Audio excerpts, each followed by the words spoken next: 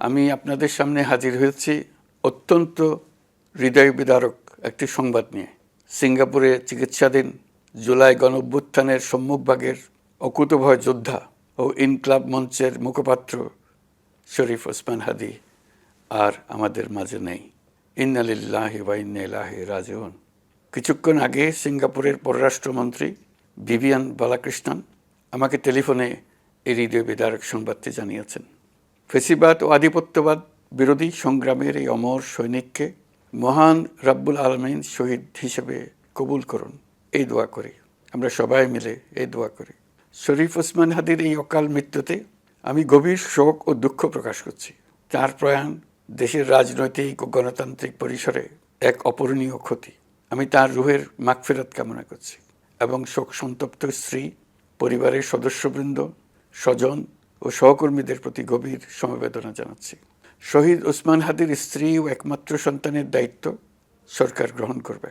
শহীদ শরীফ ওসমান হাদির অকাল মৃত্যুতে আগামী শনিবার একদিনের রাষ্ট্রীয় শোক ঘোষণা করছি। এই উপলক্ষে শনিবার দেশের সব সরকারি, আধা সরকারি, স্বায়ত্তশাসিত প্রতিষ্ঠান, শিক্ষা প্রতিষ্ঠান সহ সরকারি বেসরকারি ভবন এবং বিদেশে বাংলাদেশ মিশনগুলোতে জাতীয় পতাকা অর্ধনমিত থাকবে। একই সাথে আগামীকাল শুক্রবার বাদ জুমা দেশের প্রতিটি মসজিদে শহীদ ওসমান হাদির রুহের মাগফিরাত কামনায় বিশেষ দোয়া ও মোনাজাতের আয়োজন করা হবে। আপনারা তাতে শরীক হন। অন্যান্য ধর্মের উপাসনালয়গুলোতেও আয়োজন হবে বিশেষ প্রার্থনার। আমি বিশেষ কৃতজ্ঞতা জানাই সিঙ্গাপুর সরকারের প্রতি। যারা হাদির চিকিৎসা অত্যন্ত আন্তরিকতা ও পেশাদারিত্ব দেখিয়েছেন। বিশেষ করে সিঙ্গাপুরের পররাষ্ট্রমন্ত্রী ভিভিয়ান বালাকৃষ্ণন, যিনি একই সঙ্গে একজন বিশিষ্ট চিকিৎসক, তার প্রতিও তিনি নিজে হাদির পরিচর্যা করেছেন, আমাকে নিয়মিত চিকিৎসা সম্পর্কে খোঁজখবর দিয়েছেন। এই নৃশংস হত্যাকাণ্ডের সঙ্গে জড়িত সকল অপরাধীকে দ্রুত আইনের আওতায় আনা হবে এবং তাদের বিরুদ্ধে সর্বোচ্চ শাস্তি নিশ্চিত করা হবে। এই বিষয়ে কোনো ধরনের শৈথিল্য দেখানো হবে না।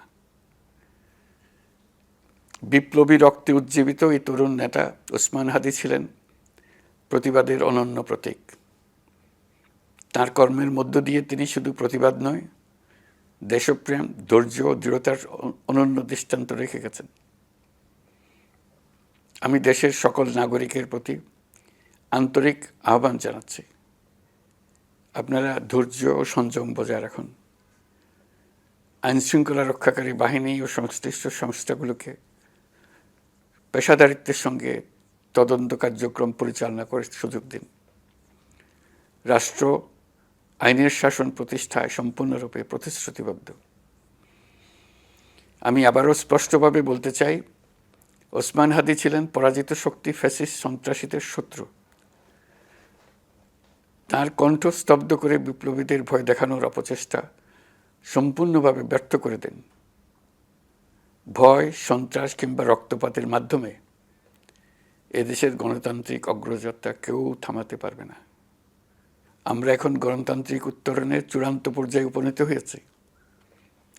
শহীদ হাদি ছিলেন এই প্রক্রিয়ার অবিচ্ছেদ্য অংশ। তার একান্ত ইচ্ছা ছিল আসন্ন নির্বাচনে প্রতিদ্বন্দ্বিতা করে নতুন বাংলাদেশ বিনির্মাণের পরবর্তী ধাপে সক্রিয় ভূমিকা রাখা। অত্যন্ত দুঃখের বিষয়, তার এই মহতী ইচ্ছা অপূর্ণ রয়ে গেল। তার স্বপ্ন বাস্তবায়নের দায় আজ সমগ্র জাতির কাঁধে ন্যস্ত। আগামী দিনগুলোতে আমাদের সবাইকে ধৈর্য, সংযম, সাহস ও দূরদর্শিতার সঙ্গে এগিয়ে যেতে হবে, যাতে নির্বাচন ও গণতন্ত্রের শত্রু ফ্যাসিস্ট সন্ত্রাসী অপশক্তিকে চূড়ান্তভাবে পরাজিত করা যায়। এই শোকের মুহূর্তে আসুন আমরা শহীদ শরীফ ওসমান হাদির আদর্শ ও ত্যাগকে শক্তিতে পরিণত করি, ধৈর্য ধারণ করি, অপপ্রচার ও গুজবে কান না দিই এবং যে কোনো হঠকারী সিদ্ধান্ত থেকে বিরত থাকে।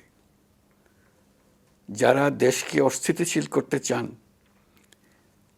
তাদের ফাঁদে পা না দিয়ে আসুন আমরা সবাই ঐক্যবদ্ধভাবে গণতন্ত্র, ন্যায় বিচার ও গণমানুষের অধিকার প্রতিষ্ঠার পথে অবিচল পদক্ষেপে এগিয়ে যাই। এটাই হবে শহীদ হাদির প্রতি আমাদের প্রকৃত শ্রদ্ধা।